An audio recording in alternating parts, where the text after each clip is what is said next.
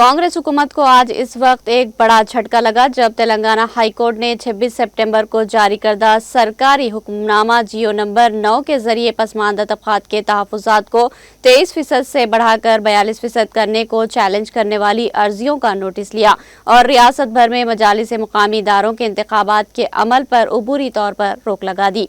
वाज़ेह है कि 29 सितंबर को इस अलामिया जारी किया गया था जिसमें रियासत भर में 5 मरहलों में मजालिस मुकामी इदारों के इंतखाबात के खुसूस में शेड्यूल के इजराई अमल में लाई गई थी। चीफ जस्टिस अपरेश कुमार और जस्टिस GM मोहिउद्दीन पर मुश्तमिल डिवीजन बेंच ने हुकूमत को अंदरून 4 हफ्ते अपना जवाब दाखिल करने की हिदायत दी है, जबकि दरख्वास्त गुजारों को 2 हफ्ते बाद अपना जवाब दाखिल करने की मोहलत फराहम की है। इस मामले में अदालत आलिया में 2 यौम तक दलाइल की समाअत जुमेरात की शाम इख्तिताम पजीर हुई। तेलंगाना हाई कोर्ट ने मकामी बल्दी इदारों के इंतखाबात में BC तबकात को 42% रिजर्वेशन फराहम करने वाले जारी करदा GOM 9 के निफाज पर अमलावरी को रोक दिया।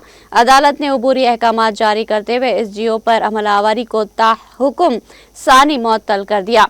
अदालत ने रियासती हुकूमत को अंदरून 4 हफ्ते जवाब दाखिल करने की हिदायत दी और दरख्वास्त गुजारों को इसके बाद 2 हफ्तों में अपने एतराज़ात दाखिल करने की मोहलत दी। इस मामले की आइंदा समाअत 6 हफ्तों बाद मुकर्रर की गई है। ये फैसला 2 दिन तक जारी रहने वाली तफसीली समाअत के बाद सुनाया गया, जिसमें अदालत ने BC कोटे में इजाफे की कानूनी हैसियत और इसके तनासुब पर बहस की। हुकूमत की जानिब से एडवोकेट जनरल सुदर्शन रेड्डी ने दलाइल देते हुए कहा कि असम्बली ने BC ज़ातों की गिनती के लिए मुत्तफ़िक़ा करारदाद मंजूर की थी और आज़ादी के बाद मुकम्मल ज़ातों की गिनती सिर्फ तेलंगाना में ही की गई है।